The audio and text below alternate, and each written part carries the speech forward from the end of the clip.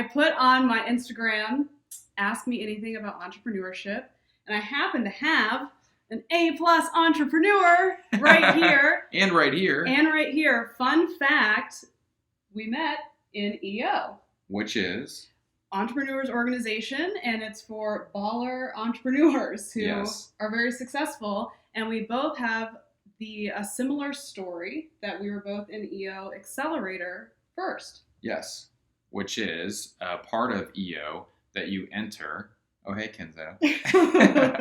That it's basically like a precursor to the normal EO chapter where you join, and then you your company's sub $1 million in revenue, and they help you put in place practices that scale your business effectively, so that you understand what it takes to grow your business without just you doing everything, essentially. How long were you in Accelerator? About a year. How about you? 2.5. Okay. Okay. But you got out, so I got out. You made it through. But you were in Accelerator in OC or I was in Louisiana. Yeah, in Louisiana. I was in EO Accelerator in New Orleans, and was able to scale the business over $1 million in revenue in that first year in the program, and had a lot of help there. And then I moved out to California to grow the product and get it in stores. Joined EO Orange County, and now LA. The right chapter choice, I would say. I would agree. How to feel confident that you are legit enough? Ooh, good one. This is called the Imposter Syndrome, where you say, hey, wait a minute. Conscience is second guessing yourself, and you say, like, why am I qualified to do this? I actually address that. when I go in and meet with retail buyers at Whole Foods or wherever else, I say, look, like, you may be wondering, how I started Iconic or what I'm doing. I have no business doing this. Like, this isn't my background. I'm not qualified, but I'm passionate about it. So I figured this out. And like, I'm a lot of your customers because I solved my own problem.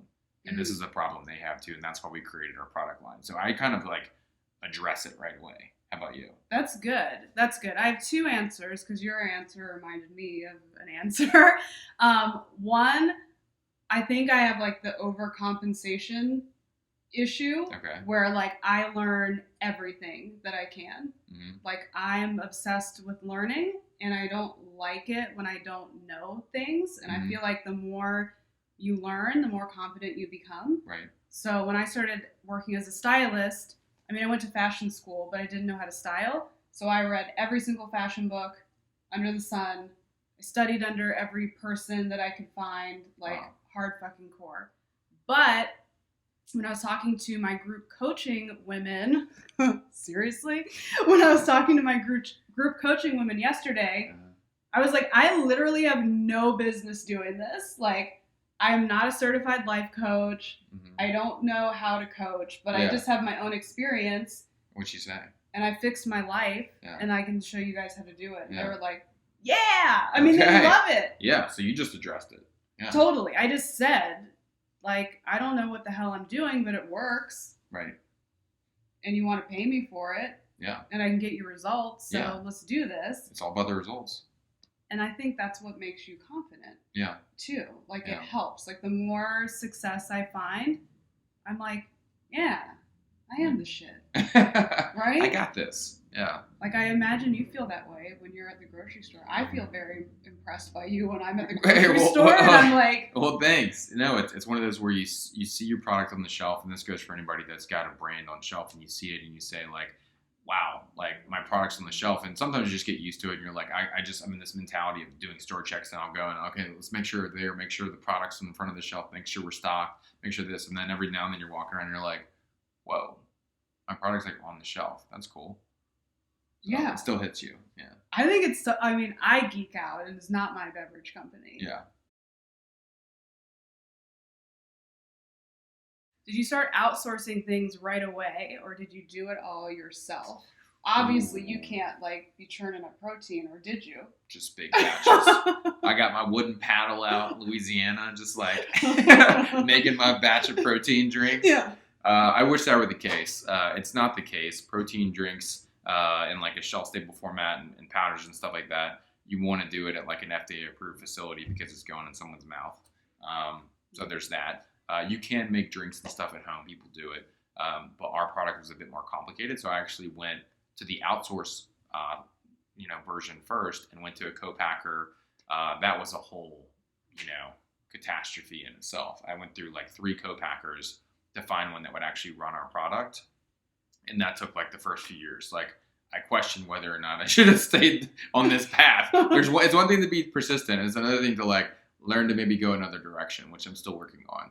Mm-hmm. But yeah, that was a thing where outsource it, but you're still managing a lot. You got to order the materials. You got to find the money for it. You got to figure out where to sell it. You got to call on retailers. Like you got to figure out how to price it. There's a whole realm of things you got to work on besides just like making the product. And I did look at making it myself, and it's like $10 to $20 million worth of equipment, which I did not have and still don't have. Yeah, for me in the beginning, I tried to do everything myself for as long as humanly possible, and I still kind of do a lot of stuff myself.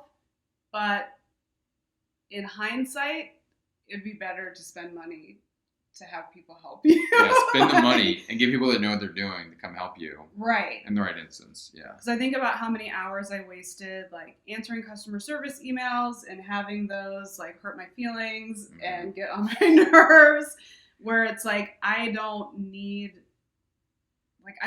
to flex that muscle. Yeah. I don't need that skill set. You don't need that. So that's worth outsourcing. And like can I like ever get a device that doesn't want to turn off? They all want to go to sleep on you. I know. Now I lost my train of thought. Outsourcing, yes. Money. Oh yes. Yeah. Good entrepreneurial tip is figuring out what your hourly worth is. That's a good one. And if the task that you have to do, you can pay someone less than what you're worth per hour, then just do it. Yeah. Because you not doing it makes you more money. Yeah. Exactly. So, and you can find more valuable uses of your time. Totally. What mindset does it take to withstand what will come with entrepreneurship? Ooh, why don't you take this one first? Oh my gosh. I tell my students this all the time because y'all think it's like all fucking fun and games and cute, like start a business. Like, I feel like being an entrepreneur is super trendy. Yeah, it's very on trend. It's very, very trendy, but you have to have an entrepreneurial mind. Mm-hmm. And I feel like even some entrepreneurs don't have that mind.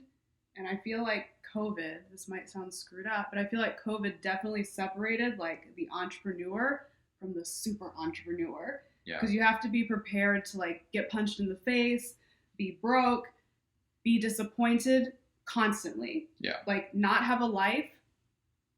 That's like a regular occurrence. Yeah, look, it's not like super glamorous. I mean, it's nice to be able to control your own destiny, but to an extent, of course. But like a lot of it sucks. Like that's why it's good to have an organization, whether it's EO or YPO or one of these other organizations where you can go to people or just a network of friends that can feel your pain. Because like I've been in, relationships with friends or people I'm dating and they're like, oh, how was your day? And I'm like, you want to know how my day was? You want to know? We almost went out of business. We almost ran out of money. Someone tried to sue us. Like, this person quit. This person should have quit. Like this person, all these things happen, and that's every day, right? And then every now and then something good happens, right? It's like down, up, up, and that's kind of the flow of things a lot of times. And you got to have the mental mindset. Like it's almost like a warrior mentality of like, I'm not going to let this beat me. It's persistence. It's that mentality. It's figuring out like how to stay positive through all that. I admire people that I've got, one person on my team that she handles all of our customer service. And I'm like, oh my God, to take all of this, because a lot of people, it's like, oh my gosh, I don't know where my shipment is. Well, we sent you an email. Check that. And they're like, oh, okay. But they're really mad. They're like, why would you not send me an email? You guys are horrible. You're trying to like steal product and steal money from me and not ship product. And it's like, well, man, just check your email. People love to accuse people of a scam. All the time. It's a scam. Yeah. That's a whole thing that you got to deal with. Yeah. You scammed me. I bought this course and it didn't work. It's like, Well, check your spam folder. Maybe your login info's there. Right. Hey, And there's I'm also just a human. there's also like a philosophy mindset, which you read this book too, from Marcus Aurelius on Stoicism, which is like taking things and just observing them versus saying like, oh my God, how could this have happened to me? And the victim mindset and like, why is this happening? I'm angry about this and they screwed me over. And like, well, man, just observe the situation, and it's the negative impact, more of an impact on you if you accept that negative action Yep. as like a big issue versus just observing it and like acting accordingly. Yep. What's next for you and your projects? What's next for you? An iconic? Any new flavors? Yeah, we're actually building an iconic spaceship. Oh. Yeah, we're gonna take this drink to another planet. Oh. No, we're not competing with SpaceX yet. Don't Dang worry. it. I know. I have ambitions too.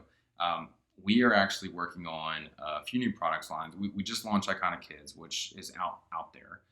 We're also working on some other protein sources, which we haven't released yet. We'll kind of start leaking some stuff on our social media about that.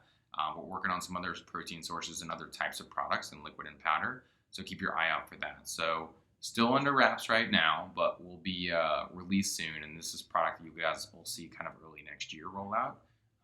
But exciting innovation, and we always have a lot of stuff in the pipeline, and commercialize maybe like, I don't know, 10-20% of it. You know what I realized? What? You haven't given me any Iconic Kids drink. Like, I don't have kids, but maybe I'd enjoy some of those flavors. The kids flavors are a real treat. So yeah. I will make sure you get some. I want the Fruity Pebble one. It's delicious. Yeah. Me, new projects. So I just launched Beyond Style, which is my group coaching program, which is like giving me so much life. Really? It's my favorite thing to do, honestly, in business. Like my whole career. Yeah. I look forward to doing the work. Really? Really. That doesn't happen a lot. It does not happen a lot. And we had an amazing call yesterday. We have our calls every Tuesday. It's a 6-week program. And I'm like finding myself looking forward to it. I'm like, is it 12 yet? Is it 12 yet? Can I do my call yet? Yeah. So rewarding.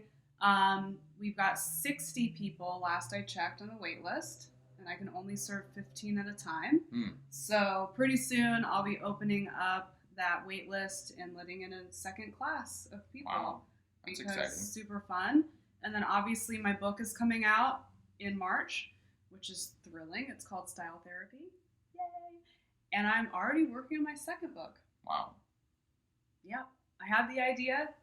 It literally came to me in a dream. Really? Like the title of it and like the subtitle. And I woke up with my sleep mask on and like wrote it in pen. Like with the sleep mask on? Yeah. And in the morning I was like, what is this? But what does it say? But you remember. I still remember. Okay. So book, group coaching. You're really candid and blunt and transparent with you guys. I'm sure you've seen it. Everybody knows partnerships that haven't worked out, whether in anything in life. I think it comes down to finding people you're aligned with. Yep. That you've got good conflict resolution. And you'd say, look, here are the goals we're setting, and here's what happens if we don't hit them, and here's what happens if you want to leave the business one day, or if I want to leave the business one day.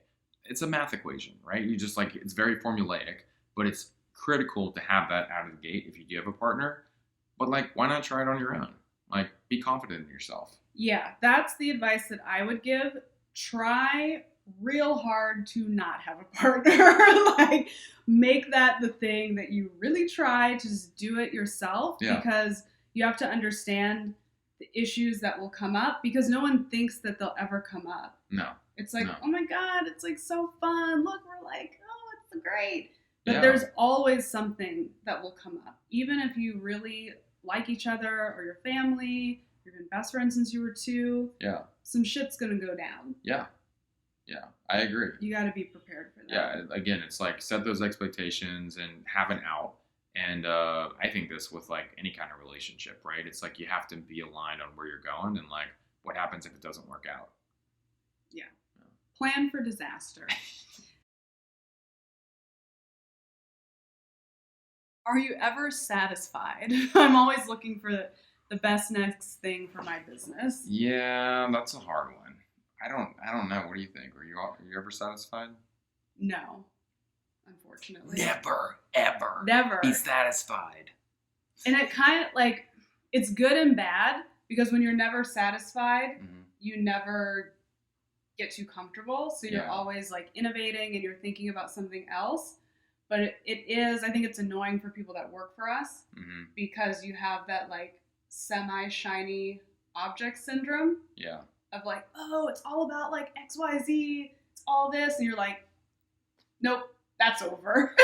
That's a wrap. Now we're on to this thing. Yeah. So that's fair. And I always think about this when I think about one of my first jobs in California. I used to work at AOL in DC. AOL? Yeah. Man. I was an executive. Throwback. I was an executive assistant, and then they flew me to California to work for the startup. And I was like, oh, this is cool. I wasn't satisfied. I left that job like after a few months after they relocated me. They weren't happy. Then I got this other job, and I always wanted more money. I always wanted to make more money. Gotta make that cheddar. And I noticed that every time I got a raise, like my life did not change at all. Like you always like level up your spending. You always level up your expenses. You always level up your standards. Yeah. So like doesn't matter. Like when I wanted to make $1 million in revenue to get into EO, I was like, my whole life's gonna change. Yeah. Like, did it? No.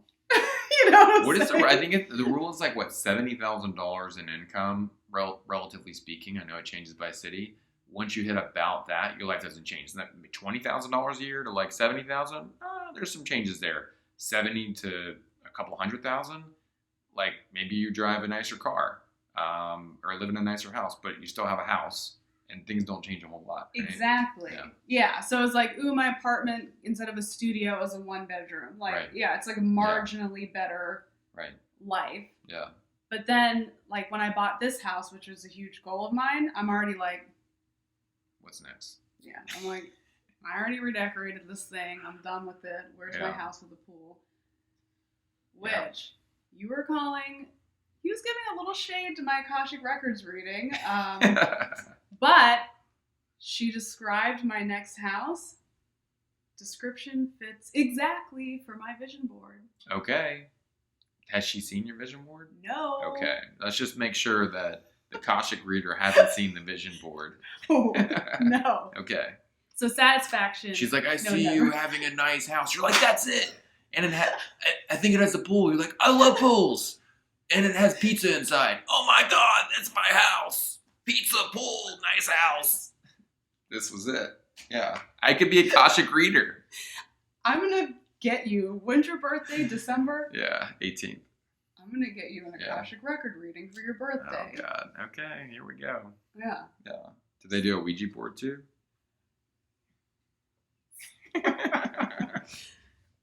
Laugh now. Laugh now. Are you ever satisfied? My team would probably say no.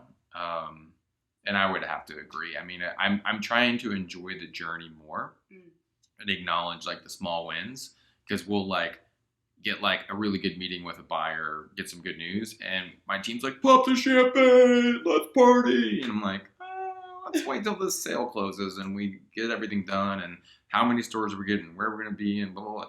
And so I'm trying to embrace that more and maybe have a sip of champagne when something good happens versus just like always wait on that finish line. Right? Yeah. What makes the most money? What does that mean? I know, that sounds like a trick question.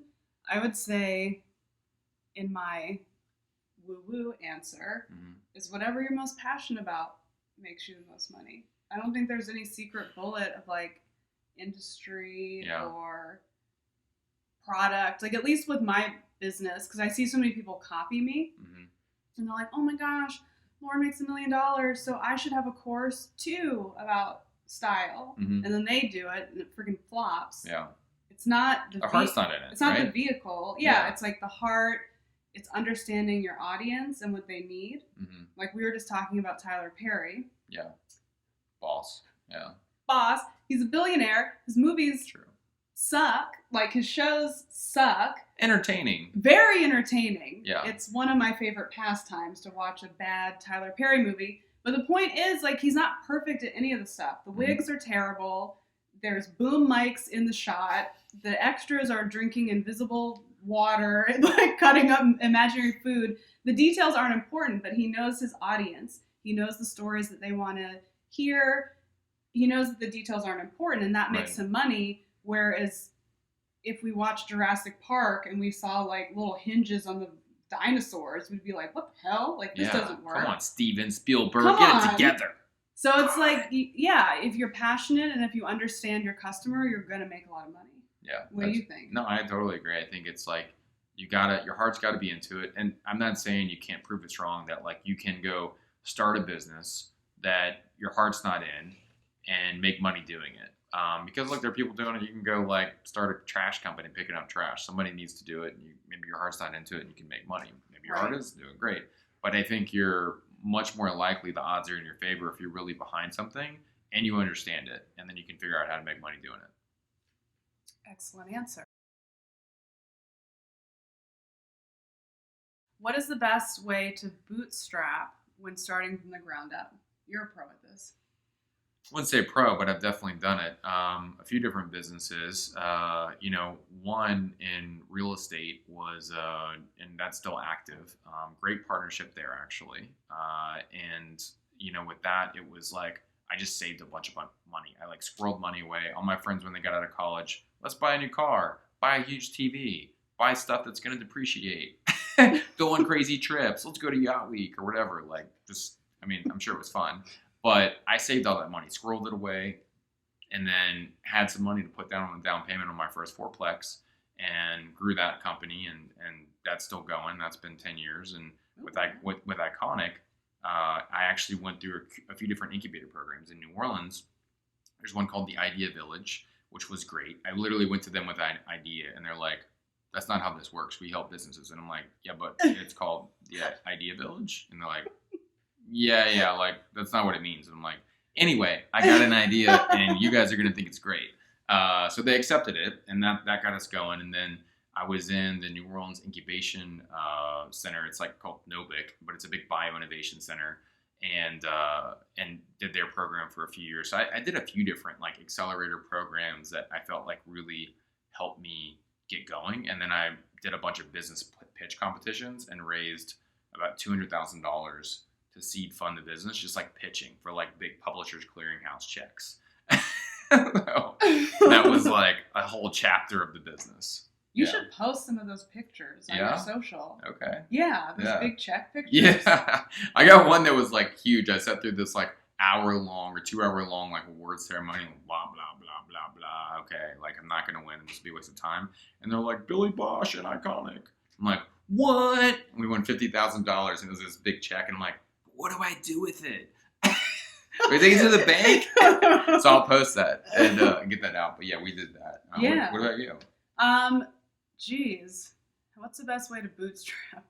Mine is not as, like, a glorious of story as you, because I'm historically not super great with money, as evidenced by my shoe wall and bag wall there. You got some nice shoes. They don't look cheap. I got some nice shoes. Yeah. But basically, like, right before I started my company, I worked for a startup, and I was also a huge party animal who spent all of her money at the bar. Bottles at the club.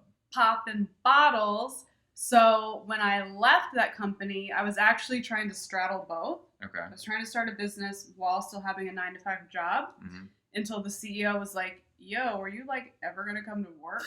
I was like, ew. So he was super cool because he believed in me. So he's like, tell you what, he's like, I'll lay you off. Like, I'll lay you off so you can at least collect unemployment while you, like, figure out your shit. Yeah. So I literally started a business living off of unemployment. Wow. I had zero savings. That's a story. I made $475 every 2 weeks. So it's at $950 a month. Thanks, unemployment. Yeah. That's all the money I had. That was your seed capital. That was all the money I had to start my business. And I just got, like, hella scrappy. I needed a website. So I literally asked the web designer if she would accept a payment plan. Okay. I was like, let's break this up into 4. And she's like, sure. Yeah, we'll do that. I think that's why I've been so, I wouldn't say that I'm like wildly successful on social media. I don't have like a million followers. You got a lot though. I got a pretty good amount. Yeah. But it's not even about the amount you have. It's about knowing how to turn that into sales. And that's what I did. Like starting my YouTube channel and like using Instagram and blogging. I knew the right things to post to make people email me and want to be my customer. Smart. So it didn't really cost me a ton of money to start the business. And then, of course, sometimes you got to do what you got to do. You have a credit card. Although my credit card limit, because I was such a disaster, it was $500. So like, what am I going to do with like a $500 credit limit? It's a few trips to Whole Foods right there, and you're maxed out. Obviously, life is like much different now. But yeah, so you can start with nothing, or you can, you know, be a Billy boss and get those giant checks. How do you get past negative thoughts that can creep in sometimes? That never happens. That never happens. Negative thoughts? Pfft, not here. Ever. Never. Yeah. For me, I'm literally like a crazy person because we're doing this in Beyond Style. I give you guys an assignment. I give them an assignment to like watch their thoughts, because that, when I was coming off of the disaster train, I was given instruction to like watch my mind like a hawk. And the first personal development book that I read was Power of Now. Okay. Eckhart Tolle. Yeah. So I'd like be an observer and notice how much negativity was swirling around in my brain. Okay. And I feel like once you notice that, you're like, ew, like that's super gross. Yeah. And then you start training your mind to think more positively. Now, if I have a negative thought, which they still come, I, like a crazy person, will just be like, no. Okay. No. Not allowed. Like, yeah, I will just cut that shit off at the knees like it's a different person. If the negative thought train's like, your business is going to fail, you're not going to make any money, and you're going to live under a bridge soon, I'm Not like, happening. nope. And then I just paint a new story for myself that it's going to be awesome and it's going to work out. And if it doesn't work out, I'm going to learn something, because then I'll make more money the next time and it'll be fine. Yeah. So I karate chop that. Slicing bricks over here. Are you watching Cobra Kai, by the way? No, is it good? Oh, man. Man. Add it to the list. Add it to the list. All right, what do you do when negative thoughts creep in? You know, actually, I found that my friends in EO have been really helpful because, you know, they're fellow business owners, and I had some challenging discussions with some of our investors recently. And, you know, generally they've been very supportive, but sometimes there are challenges with the business as COVID has presented. And, you know, you got to figure things out and try to have a constructive conversation, which would may be difficult terms. And I went to this group, and they've been a great resource, because they say, hey, man, should I just like give up? Like, I don't even know what to do in this situation. And like, you find friends that are creative problem solvers that are positive and say, dude, you're a badass. You can do this. Like, here's a couple options. Here's a couple options. And by the way, you're not a one-trick pony, and you're going to do 5 more of these. So like, what's up? Right. Like, you know what I'm saying? Like, those are the people you need in your circle that are that type of person. They can share some empathy, but also be solution oriented. That's an excellent point. Huge point. And that's been one of the most helpful things in EO. That's why I joined EO, is because, like you said before, your friends and, you know, relationships, family, they think you're nuts. Yeah. Like, the problems that you have as an entrepreneur are not like normal problems, and your friends are like, just take a load off, you know, like, let's pop on a movie. Like, yeah, let's hang out. What are you doing? It's past 6. What are you Seems still... like you work a lot. It's right? like 6:30 at night. Yeah, like... yeah, bro, gotta work. Yeah, like, you need people that think the same as you and then can see you from a different perspective, because entrepreneurship is a very lonely game. Sure. And you're really hard on yourself. I just think it's part of the personality. So to have people that are like, you're the shit. Like, my friend, do you ever meet Trevor? Yeah, I did. Yeah, he's in South Africa now. Yeah. Freaking love Trevor. And cool. He's like a pro at like freaking gassing me up. They'll just drop in my DMs. He's like, you're the shit. Like, LM, you're freaking crushing it. Do You're it, a do it, boss. do Like, it. just like pumps it You up. need that. You need You that. need that. Like, Yeah. if you're with a circle of people that are negative or don't get you, like, they've Yeah. got to go. Yeah. You gotta clean Agreed. house. If you want to see fun videos of these two clowns here, oh, we got ideas. So many ideas. So many Yeah. ideas. Yeah. So a little Billy and Lauren cooking show coming Mhm. soon. Cooking. Let's see. We could do like a chop show, like open up what's in the kitchen and figure out how to make healthy stuff. Like how to be healthy in a convenience store. You're stuck in 7-Eleven. How do you find healthy food? That was a suggestion. Mm-hmm. We got some goodies coming. Yeah, I can definitely. You dress pretty well, but I can help you with that. Okay. Maybe do something with my hair. It just keeps growing. I know. Okay, we need suggestions. What should Billy do with this hair? It's very long. Yeah. It's very long. It's very long. You can't see, but it's convenient not to cut it. At first, it was like, oh, just like kind of pull it back. They're like, just call it a man bun. Okay, man bun, whatever. But it's pulled back, and then it just keeps getting longer and longer. And now I look like a cave. Some people say caveman. Some people say Keanu Reeves in John Wick, which I did for Halloween. You did? Big hit. Big hit. I have a photo. We can edit that in. We should. Unfortunately, I'm not John Wick. I could be so lucky. So I don't really know what's happening with it now. Yeah. Okay. We'll figure that out. So thank you for your fabulous entrepreneur questions. You got the best of the best right here. If you want more entrepreneurial vids, just DM me with some ideas and we'll hop on and blab about our $1 million experiences. And tell you about all the things we've done wrong as well. Yes. So many of those. All of the things. Yeah. All right. Have a good day, everybody.